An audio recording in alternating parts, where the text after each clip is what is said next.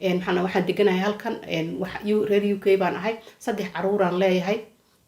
adigu mid 3 jir baa ugu yar inta kalena xoogaa waa ka rooroo yihiin aniga iyo ninkaygi waxaan decide garaysanay bay tiri inaan shaqo tuno sababtoo guri baan Soomaaliya ka dhisanaynaa maxaa la dhahaa weyn marka waxaan rabnaa inaan gurigaasi adigu muddo yar noogu dhamaado caruurtiina waxaan u geynay bay tiri maxaa la dhahaa hooyaday baan u geynay walaalahay oo Soomaaliya joogaan caruurtii u geynay waana 3 caruur ah waxaan decide garaysanay inaan caruurna aanan dhalin 3daas yar intay noo soo koriyaan adigu ilaa ay nooga gaarayaan 12 13 inay Afrika noo jiraan oo ay hooyaday noo hayso baan decide garaysanay waa familkayaga aniga iyo ninkayga baa decisionkaas gaarnay oo maxaa la inaan shaqaysano aan dhexda xirano wadankii wax ka qabsano caruurtana halka noo sii joogto 3 caruur ahaan waa waday 3 jir baa ugu yaraa we don't need labada kale age-kooda sababtoo ah kan 3 jirka aba wax gaareen marka waxay tiri caruurtii waa kaxiyay hooyaday baan ugeey hooyaday iyo walaalahay oo yaryar baa jooga guriga full of people way maxaa la dhahaa wax dhibaato ah oo ka jiray ma lahan waxa dhacday bay tiri Soomaaliya waa tan talaagadaha iyo waxa shaaha lagu shubto waxay tiri wiilkayga baa maalin buuxda kan yar oo 3 jira talaagad meel saarno shaah ka buuxo marka la kariyay buu damcay bay tiri inuu furka ka qaado talaagadii waxay tiri cirka intay u booday oo dhulka ku dhacday wiilka ku qarxday wiilka lugta iyo bawdadu ka gubtay lugta iyo bawdadu ku gubtay isbitaal baa loola cararay waa la sameeyay waa la hagaajiyay maxaa dhahaa dhakhtarka baa la geeyay kadibna aniga baxay waa soo kaxeeyay bay tiri wiilkii markaan soo kaxeeyay halkan baan keenay markaan GP-ga geeyay waxa la yiri markaan geeyay isbitaalka waxa la yiri maxaa ku dhacay wixii bay sheegtay ku dhacay exactly sidii wax u dhaceen baan u sheegay bay tiri anigu halkan aan joogay caruurta hooyaday baa haysay maxaa la anigu waa shaqeynayay gurigeyga waa iska bixiyaa guriga waa iska bixisayaa maxaa la gurigeyga aniga iska bixiya caruurta hooyaday baa ii hayso halka joogta iyo walaalahay baa ii haya aniga ninkeyga halkaan joognaa waan biilnaa biil baan u dirnaa dee waxa la yiri caruurta halkaas jooga oo adigiina aad la joogin ninkaagina uusan la joogin waxa weeye waa social baa lagu soo diray adigu cunugii waa la daaweeyay 3 jirka ahaa dabkii iyo wixii iyo bahalkii waa laga daaweeyay cunugii waa fiicnaaday kadibna socialkii baa loo soo diray habartii odayga guriga lagu booqday waxa la yiri labadii caruur ahaayo kalena keena caruurtii ma keeni kartaan haa waa keeni karnaa caruurtii baa dad loo diray adiga wiilkii baa baxay odaga baxay caruurtii labadii caruur ahaayo kaloo keenay caruurtii markuu keenay kii yaraana uu joogo oo maxaa la dhahaa ku socota daawadii iyo wixii hal maalin baa loo yimid waxa la yiri caruurtan waa iska soo wareejinaysaan caruurtii waa dayacdeen waana leedinka qaadayaa sidaas baan leedinka qaadayaa iskuuladii baan soo wareysanay xilligaas idinku dambeysay maxaa la dhahaa waxaan soo wareysanay GP-gi xilligaas idinku dambeysay qoladii maxaa la dhahaa taxi credit-ka uma aysan sheegin hadday taxi credit-ka u sheegi lahaayeen wax dhanbe ahaan lahayd waxa u socotay bay tiri waxa noo socday bay tiri lacagtii taxi credit-ka ahaa oo caruurta lagu qaadanayay iyo child benefit labadaba waa socdeen dee gaalo markay damacdo inay wax faagtana meel walbay faraha gelisaa oo meel walbay soo faagtaa taxi credit-kii wixii dhan baa la ogaaday lacagtii inay u socdeen labadan qofna ay shaqaysanayeen ay full time shaqaysanayeen labadooduba oo ay lacag badan sameynayeen xitaa guriga ay iska bixinayeen laakiin aysan iska jarin lacagtii caruurta oo ay caruurtu socotay lacagtooda kadibna halkaas lagu soo ogaaday caruurtii waa lagala wareegay adigu reerkii caruurtii waa laga qaaday warka yaanan idinku bogsin gabadhaas tir caruurtii waa laga qaaday cidna uma sheegin cidna uma soo caban cidna uma soo dacwoon ilaahay baan u dacwooday lawyer baan qabsaday lawyerka xoogaa hindi buu ahaa bay tiri igu xumaaday marka hadda lawyer fiican iyo waxbaan rabaa bay tiri saas aniga ila soo xiriirtay marka gabadhii maxaa la dhahaa ilaahay hawsheeda ha u hagaajiyo laakiin ilaa hadda meel fiican bay wax u marayaan insha Allah anigu looyaro iyo maxaa la dhahaa qolo oo looyaro ah numberkooda siiyay oo gabar hadda ka hor idin sheegi jiray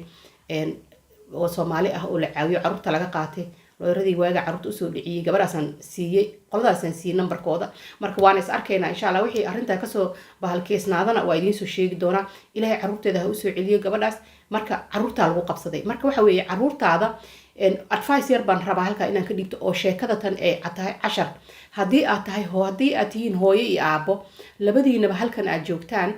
hadduu mid shaqeeyo dee midka kale caruurta haysta maxaa labadiinaba u shaqaynaysaan maxaa ku falaysan maxaa idinka soo gelaya macnaha inaad caruurtiina korsataan baa idinka fiican inaad maxaan dhahaa labadiinuba shaqo tagtaan oo labadiinuba income aa generate garaysaan oo reerka lacag soo gelisaan intaa lacag soo gelin lahaydeen caruurtan waxay u baahan yihiin barbaarin fiican bay u baahan yihiin koriin bay u baahan yihiin waxay u baahan yihiin maskaxda iyo jirka labadaba in laga koriyo u baahan yihiin ma aha kaliya hooyaday ha iigay hayso oo bariis ha ii soo siiso oo ha ii hayso dee ilma aan lahayn karinoo faraha ka baxay oo ma sheegi karo shida badan asagana halkan waa lagu caawinayaa oo maxaa la dhahaa dee helbi badan baa jira laakiinse haddii laba qof ay wada joogaan qof inuu reerka u shaqo waliba hooyadu inay ilmaha hayso hooyada very very very important ah sababtoo ah hooyo macnaha waa hooy waa meesha ilmuhu kasoo kabanayeen kasoo kacayeen macalinka koowaad waa hooyada weeye macalinka koowaad oo ilmaha wax bara waa hooyada marka haddii ilmahaagii adigii aad iska maxaa dhahaa xabawarisay oo aad afrika iska geysay oo aad geysay ama hooyada u geysay ama hooyadiis u geysay ama walaasha u geysay wixii weliba wada yaryar dee oo 3 jir iyo ku jiraan haddaa geysay do you think ilmahaas inuu beri adiga ku aqoonayo kuma aqoonayo ilmahaas kuma yaqaano adigu waxa leedahay lacag baan u shaqeeya lacag baan u diraa laakiinse ilmahaas waxa haya uu hooyo ugu yeeraya oo uu yaqaanaa noloshiisa qofka haya buu yaqaanaa lacagtu waxba ma tarto maxaa dhahaa haddii aad lacag badan samayso lacagtu waxa ma sheegayso waxay taraysa ma laha laakiin ilmahan waa qof dhan oo maxaa la dhahaa dunida kusoo biiray oo u baahan inuu maxaa la dhahaa wax noqdo oo bulshada uu ku dhex jirin oo wax ka noqdo maxaa la dhahaa adigana wax ku taro xitaa naftiisa uu wax taro waxba ku taran adiga xitaa naftiisa uu wax taro uu kaa shaqo tago oo uu wax barto oo uu independent kaa noqdo oo maxaa la dhahaa dee ilmaha caafimaadka qaba baan sheegaya ilmaha aan caafimaad qabin ma sheegay ilmaha caafimaadka qaba inuu xor kaa noqdo baa artaa marka waxaa la rabaa inaa wadadii u fashid uu xorta ku noqon lahaa laakiin dee haddaad tiraahdid ilmahaygi waa shaqaynayaayo uber baan korayaa gabadhaas hadda uber bay saarneyd ya uber bay saarneyd marka haddii aad tiraahdo uber baan korayaa ilmihiina hooyaday baan u geynayaa ama dukaan baan furanayaayo ilmihii hooyaday baan u geynaya ama ninkayga hooyadiis baan u geynaya dee ilmahaagi waa dayacday hooyo laguma dhihi karo hooyo ma aha taas hooyo ma ahan waxa weye hooyo waxa ah hooyada ilmaheeda haysata oo ilmaheeda ku dhiganaata oo ilmaheeda noloshooda ka warqabta haddaa ilmahaaga noloshiisa aada ka warqabin meeshuu seexanaya aada ka warqabin wuxuu cunaya aada ka warqabin wuxuu xiranaya aadan ka warqabin ciddii uu la communicate garaynaya aada ka warqabin cidduu la falgelaya aada ka warqabin maxaa dhaha noloshiisa aadan saas aydan isugu xirnayn waxaa waaye ma tihid hooyo fiican sidaasaan leeyahay aniga hooyo kasta ma fiicna hooyo aan fiicnayn baa jirta macnaha hooyo waa inaa ilmahaaga haysta aniga saasaan aaminsanahay dee ma garanaa inaan dadka ka duwanahay iyo in kale laakiin waxaan aaminsanahay waxa ugu wanaagsan oo aa ilmahaaga tari karta inuu yahay inaa ilmahaagana noolaatid inaa ilma hadda ka horna waa idiin sheegaani hami badan baa igu jiray markaan wadankaa imaaday wax badan baa igu jiray jaamacad inaan dhigto wax inaan sameey inaan because anigoo wax soo bartay oo fiican oo meel fiican maraya baan imid marka wixii aan baran lahaaba waxa iga kala daadiyay markaan arkay meesha tan iyo hardshipka lagu jiro sababtoo ah dhulkan waa dhul noloshu adag tahay ilmuhu u baahan yahay gacan adag in lagu qabto ilmuhu u baahan yahay inuu maxaa dhahaa wax badan helo activity badan inuu helo maxaa dhahaa wax walbo ilmaha cadaanka ah oo iskoolka la jooga uu sameeyo waxaa mar dhexdaas gabadheeda yar ii sheegtay iyadoo year 5 ah ilmo yaroo dee iskuulka weligiisba dabaal ma tegin marka iskuulka markii la geeyey baa meel yaroo shalow ah baa la geliyay oo biyo yar joogaan ilmihii waxay tiri biyihiibuu iska dhex istaagay iska dhex ku dhex dhacay marka ilmihii waa laga soo saaray waxbaa loo xirxiray marka ilmihii waxaa la rabaa maalintu 5 jiro dee waa inaa geysay dabaasha ama 4 jiro waa inuu dabaal taga waaye lacag yar waaye iska bixi geysay ilmahaaga waxbarashadooda ogow caafimaadkooda ogow halkaan wuxuu helay ilmihii wuxuu haystaa dhakhtar wuxuu haystaa iskuul wuxuu haystaa dhakhtar free ah wuxuu haystaa iskuul free ah wuxuu haystaa haddii caafimaadkiisa maskaxiyan wax lasoo dirsaan wuxuu haystaa si maskaxiyana baa loo baaraya psychologistayaal baa jooga child developmentya baa jooga dhakhtaraa jooga maxaa dhaha kuwa mental healthiga jooga ilmihii xitaa hadduu mentally wax qabo xitaa waa lagu ogaanaya oo waa lagu baaraya intuu yar yahay laakiin haddii aadanba ilmahaagii ka warhayn oo isagoo 3 jiro isagoo 2 jiro isagoo 5 jiro isagoo aad u geyso maxaa la dhahaa ilmo xitaa tuu wax kala garanaya 12 jiro ha macquul waay 10 iyo ha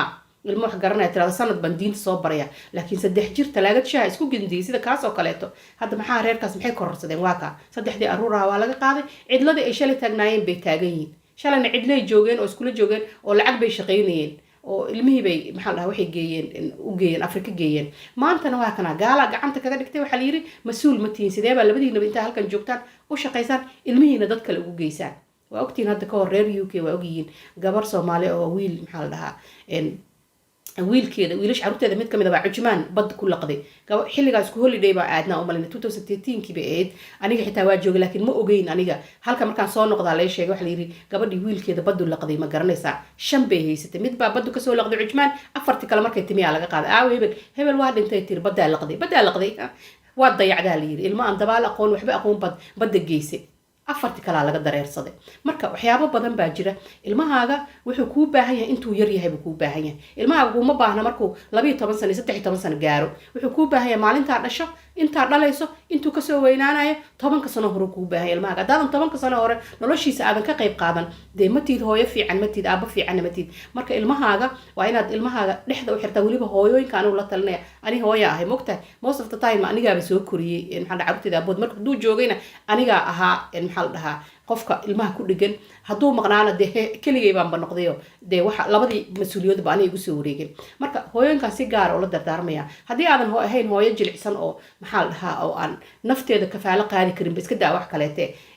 maxaa la dhahaa oo hadduu ninkii tegayna ninka ku tiirsanayd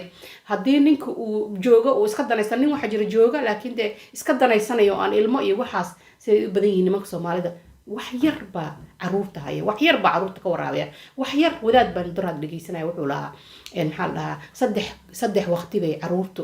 rag maxaa la dhahaa ka warhayaan saddex waqti bayba caruurta iyo iyaguba kulan leeyihin wuxuu yidhi waa marka maalinta jimcaha la aadayo buu yidhi oo hadday wiilal jiraan oo wiilasha masaajidka u kaxeeyo wuxuu yidhi maalinta ciidda ah oo dhar loo soo gadaya iyo maxaa la dhahaa wax iyada masaajidka la isla aaday iyo maalinta ilmahaasi dhibaato ku dhacdo saddexdaas goor buu aabaha soomaaliga ah physically iyo mentally ba ilmahaas la joogaa buu yiri kaliya wadaad baan ka dhageystay sheekh uu ku jiraa YouTube ku jiraa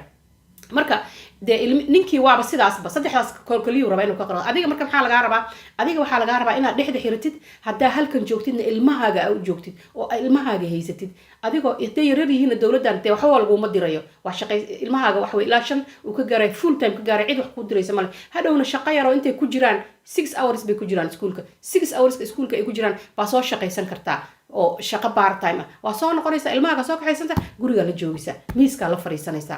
maxaa la homework baa ka qayb qaadanaysa waxbarashadoodii baa ogaanaysa hadduu tuition jiro tuition baa geysanaysa hadduu quraan jiro quraan baa geysanaysa haddaa swimming leedin swimming baa geysanaysa ilmahaaga noloshaada waa inaa ogaata haddii aa hooyo tahay marka intaasaa idin leeyahay saaka aad baa idiin salaamaya I hope inuu dheeraaday waa maalinteenu isugu keen horeysay ramadaanka kadib aad baa idiin salaamaya ciidii waa dhamaatay waxaan idin leeyahay ciid wanaagsan